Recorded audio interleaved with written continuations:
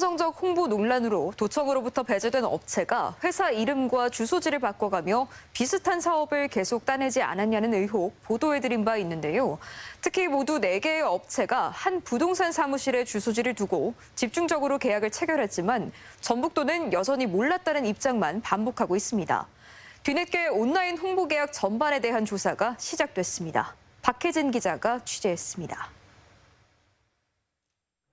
전북의 수억 원대 뉴미디어 홍보를 담당해온 4개의 업체가 하나의 업체로 의심받게 된 건 다름 아닌 동일한 주소 때문이었습니다. 회사 이름은 달랐지만 계약서상 주소지가 모두 전주의 한 부동산 업체로 똑같았기 때문입니다.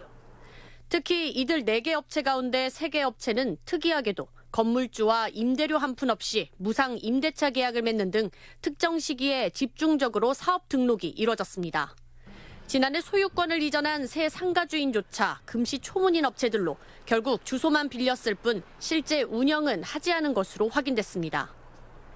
저는 계약한 적도 없고 나 누군지도 모르고. 라든지 미디어 센터 업체들 다 모르세요? 모르는데 지금 거기서 얘기해서 하는 거예요 지금.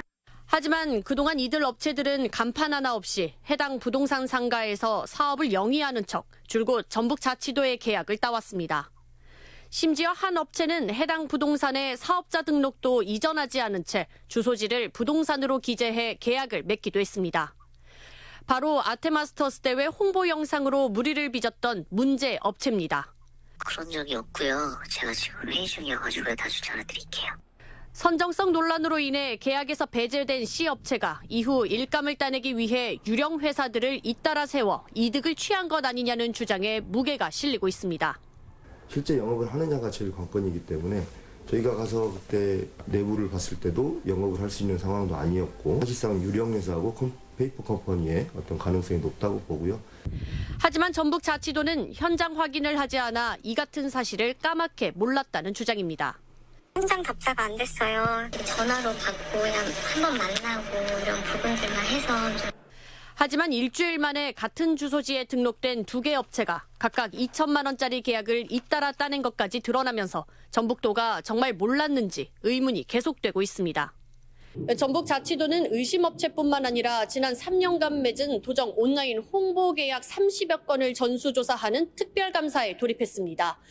계약 과정에서 허위나 조작이 발견될 경우 법적 조치하겠다는 원론적인 입장이지만 수년간 자체 적발을 해내지 못했다는 점에서 비판을 피하기 어려워 보입니다. MBC 뉴스 박혜진입니다.